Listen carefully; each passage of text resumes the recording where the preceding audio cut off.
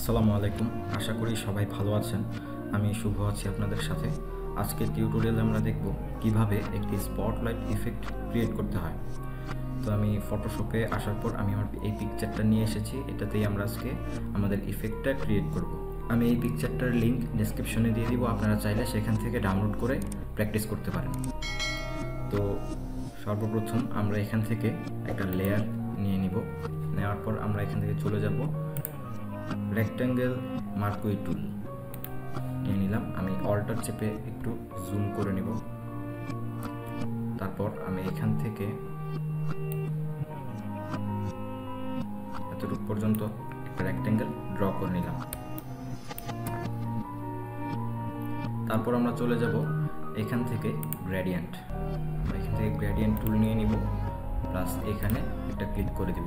এখন আমরা আমাদের কালারটা চুজ করব। আমি এখানে একটা ক্লিক করলাম, ক্লিক করার পর এখানে কালারে ক্লিক করে আমরা আমাদের মন মতো কালারটা দিয়ে দিব। তো আমি কালারটা সিলেক্ট করে নিচ্ছি। আমি এই কালারটা সিলেক্ট করে নিলাম, তারপর ওকে। এখন এখান থেকে এখানের অপাসিটিটা অবশ্যই 0 থাকবে, এর পাশের অপাসিটিটা এখানে 0 থাকবে। জাস্ট এখানে একটা ক্লিক করে এখান থেকে অপাসিটিটা 0 করে দিবেন।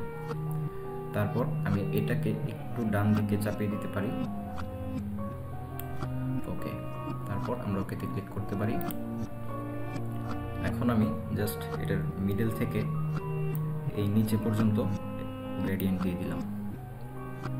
এখন আমরা চলে যাব মুভ টুল। তারপর আমরা কন্ট্রোল ডি প্রেস করে আমাদের সিলেকশনটা ডিসিলেকশন করে নিব। আমি ডিসিলেকশন করে নিলাম। এখন আমরা চলে যাব এডিট থেকে ফ্রি ট্রান্সফর্ম। তারপর অল্টার চেপে একটু জুম করে নিব।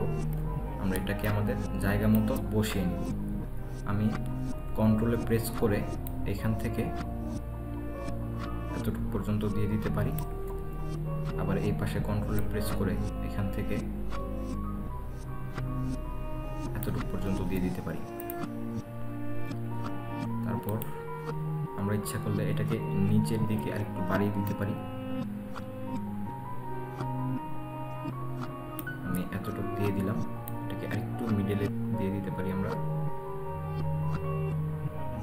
তারপর এখান থেকে ওকে করে দিব। আমি অল্টার প্রেস করে আবার জুম আউট করে নিচ্ছি। এখন আমরা চলে যাব ফিল্টার থেকে ব্লার থেকে গোসেন ব্লার। এখানে আমরা দেখি কত রাখা যায়।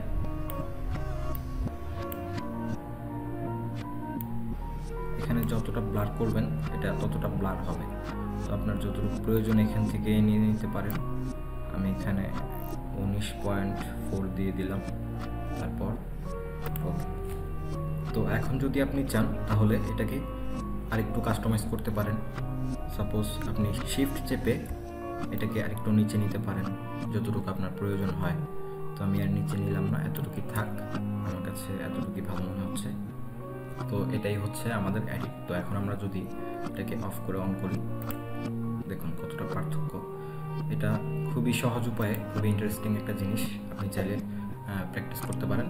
অবশ্যই প্র্যাকটিস করবেন। প্র্যাকটিস করলে একবার না হয়, 2বার না হয়, 3বারের মাথায় কিন্তু ঠিকই হবে। তো এটাই ছিল আজকের টিউটোরিয়াল। আশা করি এই ভিডিওটি আপনাদের ভালো লেগেছে। যদি ভিডিওটি ভালো লেগে থাকে অবশ্যই আমার চ্যানেলটি সাবস্ক্রাইব করার জন্য অনুরোধ রইল। তো দেখা হচ্ছে নেক্সট কোনো টিউটোরিয়ালে। সেই পর্যন্ত ভালো থাকুন, সুস্থ থাকুন। আসসালামু আলাইকুম।